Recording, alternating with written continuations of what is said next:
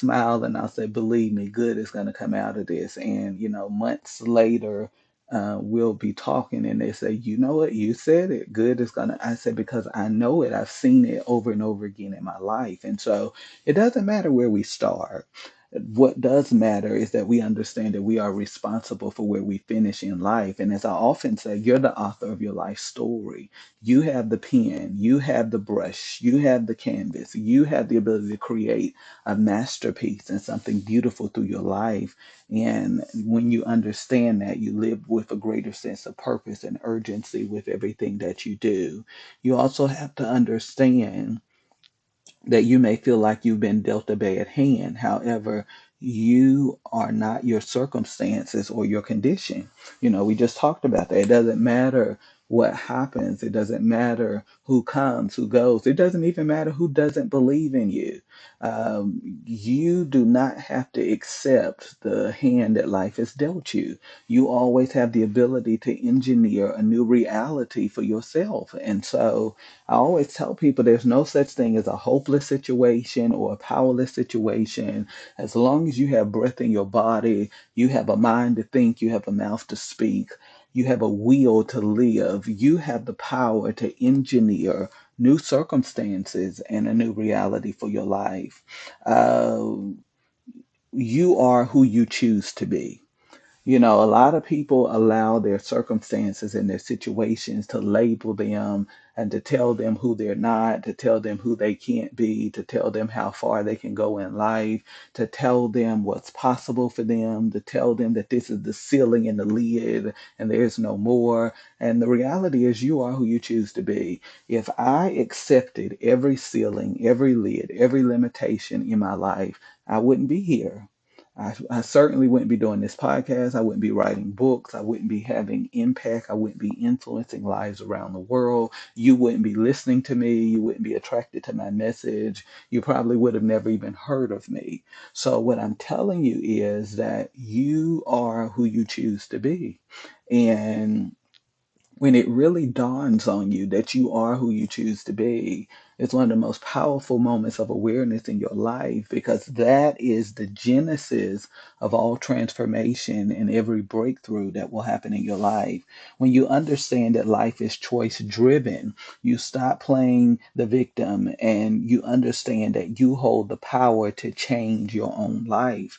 And I think that if there's one message that I really want to drive home with people every time I get an opportunity, it is to let them know that you have the power to change your life. You're not powerless, you're not hopeless, you are not in an impossible situation. And I say that because my audience is an international audience, and there are people that live in some of the most, you know, horrible conditions in some of the poorest nations in the world, but they've grabbed a hold of my material and they're working, they're thriving despite what's happening in the nation around them. And so that's what I'm telling you. You have the power to change your own life.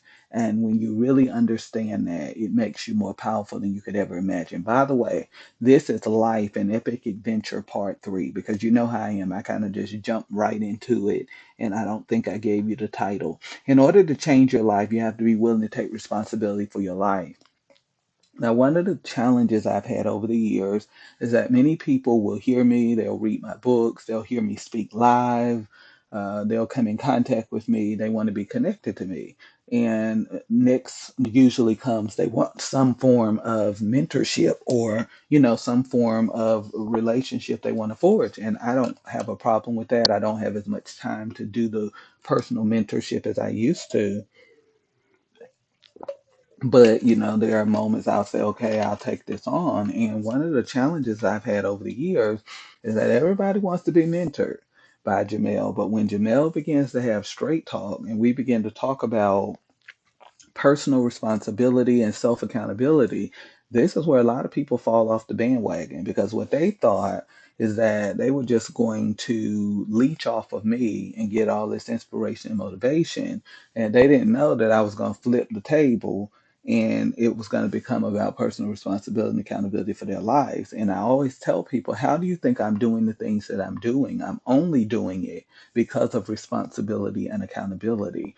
I always tell people I have a very full plate, but I have not dropped anything in the process because I found the right rhythm for my life. And what I want people to understand is that, yes, there's nothing wrong with wanting to be successful. There's nothing wrong with wanting to have impact. It's nothing wrong with wanting to have influence.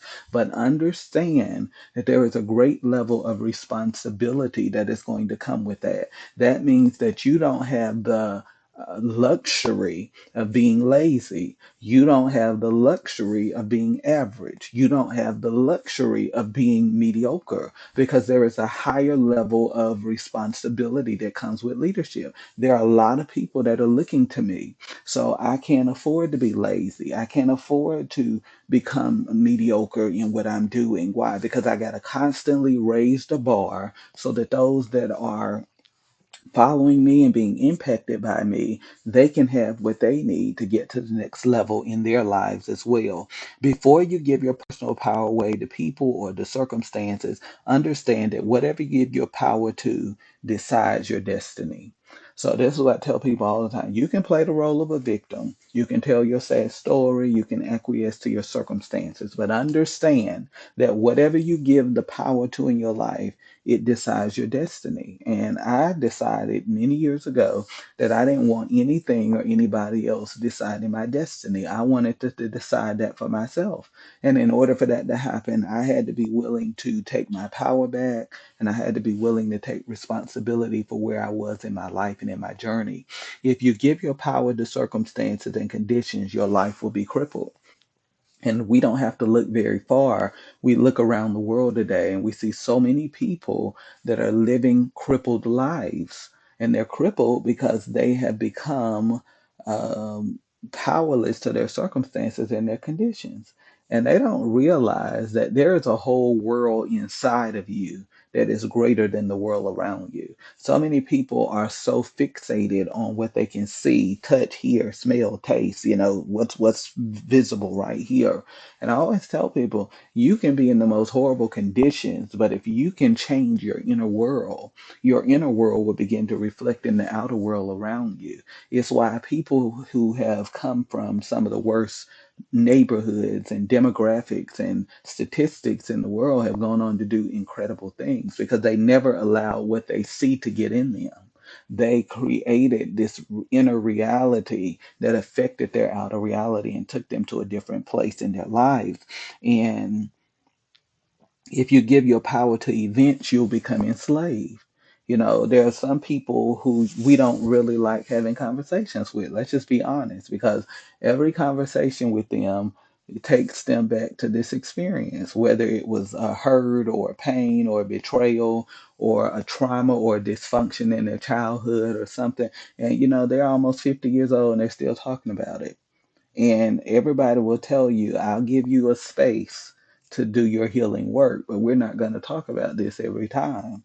It's time for you to progress and to move on with your life because at the end of the day, I refuse to live my life imprisoned by memory, imprisoned by a ghost. That's over. It happened, but it's not happening in your life right now. So, what are you going to do with the present moment and season of your life?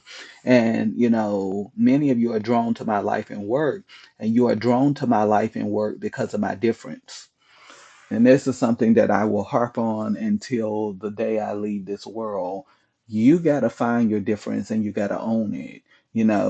I remember when someone approached me and said, Jamel, you need to do a podcast. I think you should be in the podcast space. And, I was like, I don't know if I need to be in the podcast space. I'm like, what I do is so different from so many other people. And, even then there were not really, I'm one of the first in the podcast space, but it was still different. And, I realized that you have to take that difference and own that difference, and use it to serve humanity in the way that God wants you to. And that's exactly what I've done. And the reason that people are so attracted to my life and work is because they know it's something different. It's not what everybody else is talking about. It's not what you're going to get from everybody else. And you got to find that thing about you, and you got to own that thing, because that's where your true power and significance lies. The difference is that I speak in the key of